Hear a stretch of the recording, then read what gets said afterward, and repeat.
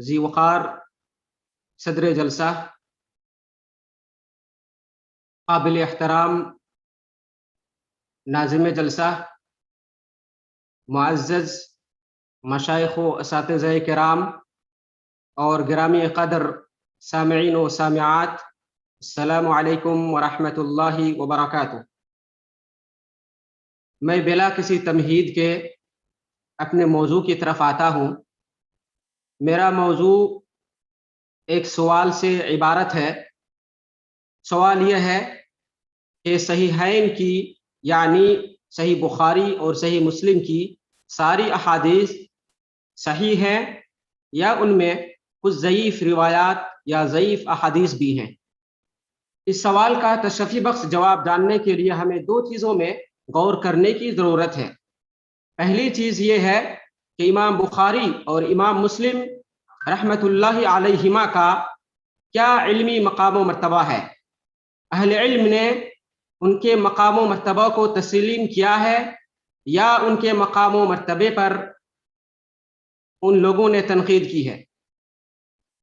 کیونکہ مؤلف کا علمی معیار کا تحریر کی قدر و منزلت کا آئینہ دار ہوا کرتا ہے۔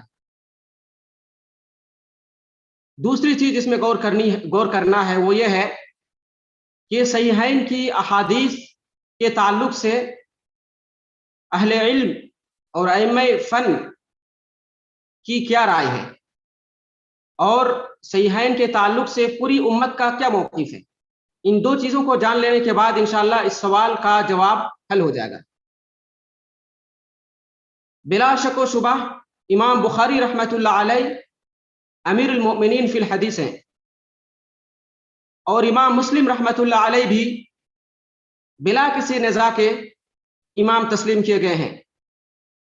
محمد بن بشار جن کا لقب بندار ہے وہ کہتے ہیں حفاظ الدنیا اربعہ، کہ دنیا میں چار ہی حفاظ ہیں، وہ اپنے زمانے کی بات کر رہے ہیں۔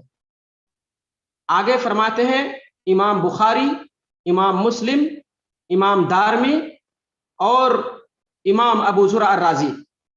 چار حفاظ میں سے امام بخاری اور امام مسلم کا انہوں نے تذکرہ کیا۔ ایک قول اور آپ کو بتاتا ہوں امام بخاری کے تعلق سے ہے۔ امام بخاری کا ایک قول ہے، وہ کہتے ہیں کہ ما تصاغرت نفسی عند احد الا عند علی بن المدینی، کہ میں نے اپنے آپ کو کسی کے سامنے کمتر نہیں پایا سوائے ابن المدینی کے۔ جب امام بخاری کا یہ قول ابن المدینی کے سامنے پیش کیا گیا تو انہوں نے کہا ذروا قولہ فإنہ ما رأى مثل نفسہ، ان کی بات کو چھوڑیے، یہ ان کا تواضع ہے، دراصل انہوں نے اپنا جیسا کسی کو پایا ہی نہیں، علم و فن میں کسی کو پایا ہی نہیں۔ اور ابن المدینی امام بخاری کے استاد ہیں، یعنی استاد اپنے شاگرد کی یہ تعریف کر رہے ہیں۔ امام مسلم کا ایک قول میں نقل کرتا ہوں۔ امام مسلم امام بخاری سے اس قدر متاثر ہوئے ان کے علم سے، وسعت علم سے، کہ انہوں نے کہا کہ دعنی اقبل رجلیک استاذ الاستاذین وسید المحدثین وطبیب الحدیث فی عللہ، کئی استادوں کے استاد، محدثین کے سردار اور علل حدیث کے ماہر اور ڈاکٹر، آپ مجھے اپنے پیر کا بوسہ لینے دیجیے۔ تو امام مسلم شاگرد ہیں امام بخاری کے، تو شاگرد بھی امام بخاری کی تعریف میں رطب اللسان ہے اور استاد بھی اپنے شاگرد امام بخاری کے علمی مقام و مرتبے کے معترف ہیں۔ امام مسلم کے بارے میں احمد بن سلامہ کہتے ہیں، جو ان کے رفیق سفر رہے ہیں، رفیق درس رہے ہیں، ان کے ساتھ کام انہوں نے کیا ہے، وہ کہتے ہیں کہ رأیت ابا زرعة وابا حاتم یقدمان مسلم بن حجاج فی معرفت الصحیح علی اقرانہما، کہ میں نے ابو زرع رازی اور ابو حاتم رازی کو دیکھا کہ امام مسلم کو مقدم رکھتے تھے صحیح کی معرفت میں اپنے ہمعصروں پر۔ ابو زرع اور ابو حاتم رازی جرح و تعدیل کے امام ہیں۔ اگر ان کے اقوال کتب جرح و تعدیل سے نکال دیے جائیں تو کتب جرح و تعدیل یتیم ہو جائیں۔ وہ بڑے امام تھے، دونوں نے امام مسلم کو مقدم کیا ہم اثروں پر۔ اور اسی طرح سے امام مسلم کا مسلم کے تعلق سے محمد بن بشار کا قول گزر چکا کہ حفاظ الدنیا اربعہ، کہ دنیا میں 4 ہی حفاظ ہیں، ان میں سے امام مسلم بھی ہیں اور امام بخاری بھی ہیں.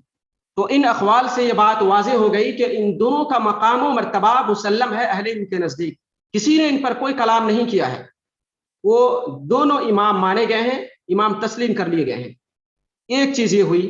دوسری چیز ہم آگے دیکھتے ہیں کہ صحیح بخاری کی احادیث کے تعلق سے پوری امت کا، اہل علم کا، ائمہ جرح و تعدیل کا کیا موقف ہے. ہم پہلے امام بخاری اور امام مسلم کے قول سے شروع کرتے ہیں. امام بخاری رحمۃ اللہ علیہ کہتے ہیں ما ادخلت فی الصحیح الا ما صح، کہ میں نے اس صحیح کے اندر یعنی اس کتاب کے اندر سوائے صحیح احادیث کے کچھ داخل نہیں کیا. امام مسلم کہتے ہیں جمعت هذا المسند الصحیح من 300 حدیث مسموعہ، کہ میں نے اس صحیح مسند کو 3 لاکھ احادیث کے مجموعے سے جمع کیا ہے. تو امام مسلم نے اس کو صحیح مسند کہا، یعنی صحیح احادیث انہوں نے اس میں جمع کی ہیں. اور اسی طرح سے مسند احادیث یعنی مرفوع اور متصل اسانید والی احادیث کو انہوں نے جمع کیا.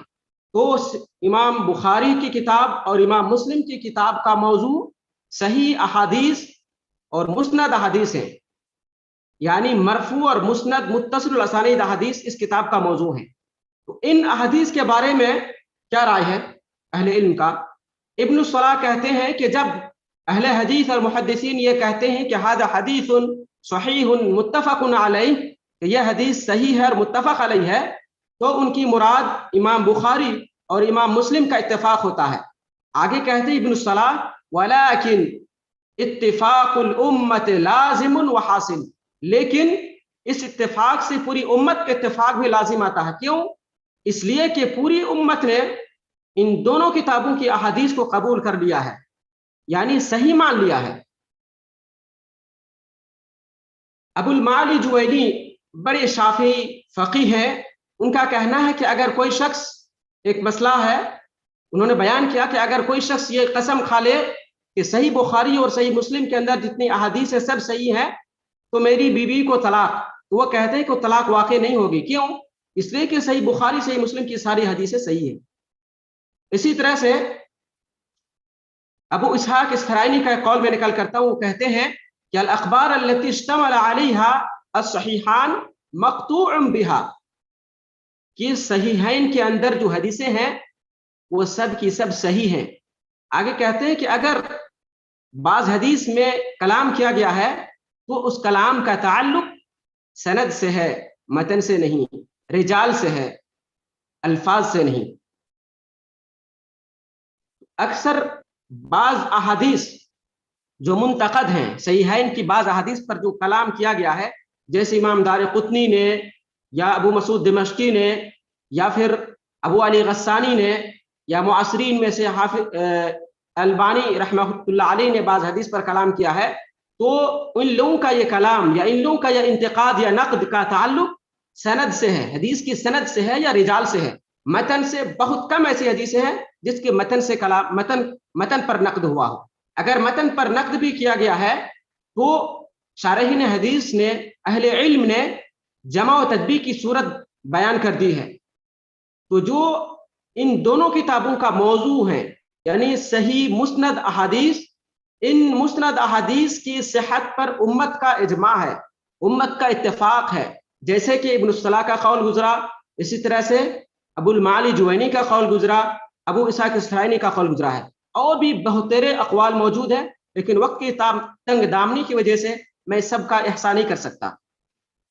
ایک دوسری بات یہ ہے کہ صحیحین کے اندر کچھ معلق روایات ہیں. معلق اس حدیث کو کہتے ہیں جس کے شروع سے ایک یا ایک سے زائد روایات حذف کر دی گئے ہوں. صحیح بخاری کے اندر یہ بکثرت ہے، 300 سے زائد معلق روایت ہے. ان روایت کا کیا حکم ہے؟ جس کی سند امام بخاری نے ذکر نہیں کی ہے، ان روایت کا کیا حکم ہے؟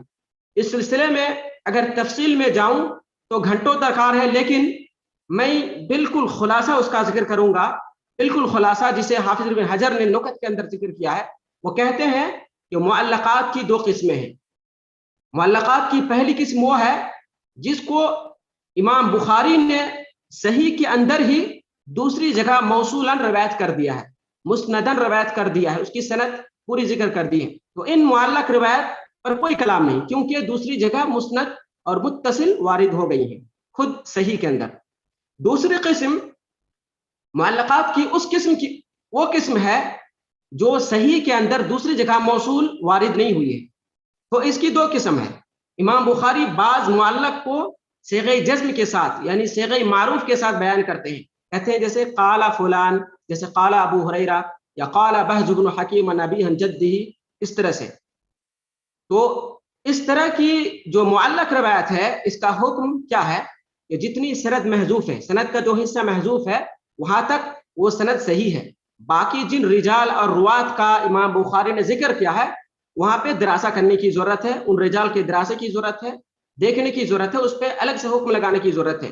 حافظ ابن حجر نے فتح الباری کے اندر خصوصاً ہدی الساری کے اندر ان سب کو جمع کیا ہے اور دراسہ کیا ہے۔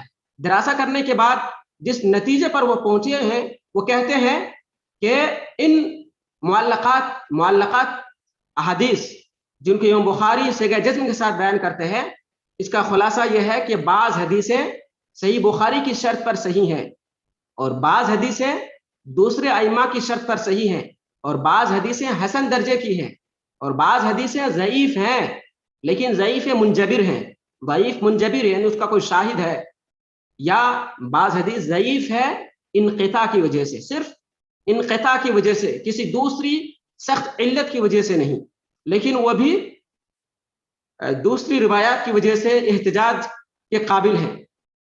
معلقات کی دوسری قسم جسے امام بخاری صیغہ تمریز کے ساتھ یعنی صیغہ مجہول کے ساتھ ذکر کرتے ہیں، جیسے کہتے ہیں یذکر، رویہ، یروا، اس طرح سے، تو ان احادیث کے دراسے کے بعد اس کا شائن شان حکم کا اندازہ ہوگا، ہم یوں اندازہ نہیں لگا سکتے۔ حافظ ابن حجر نے ایک ایک کر کے سب کا دراسہ کیا ہے، حکم لگایا ہے، نتیجہ انہوں نے یہ اخذ کیا ہے کہ ان میں سے بھی بعض حدیثیں صحیح بخاری کے شرط پر صحیح ہیں، امام بخاری کے شرط پر صحیح ہیں، یہ بہت کم ہے، اور بعض حدیثیں دوسرے ائمہ کی شرط پر صحیح ہیں، بعض حدیث حسن ہے اور بعض حدیث ضعیف ہے لیکن ضعیف منجبر ہے یعنی اس کا کوئی شاہد ہے، اور بعض حدیثیں ضعیف ہے غیر منجبر ہے یعنی اس کا کوئی شاہد نہیں ہے، لیکن ایسی صورت میں امام بخاری خاموش نہیں رہتے ہیں بلکہ اس کے ضعف کو بیان کر دیتے ہیں، یعنی وہ حدیث یا وہ معلق حدیث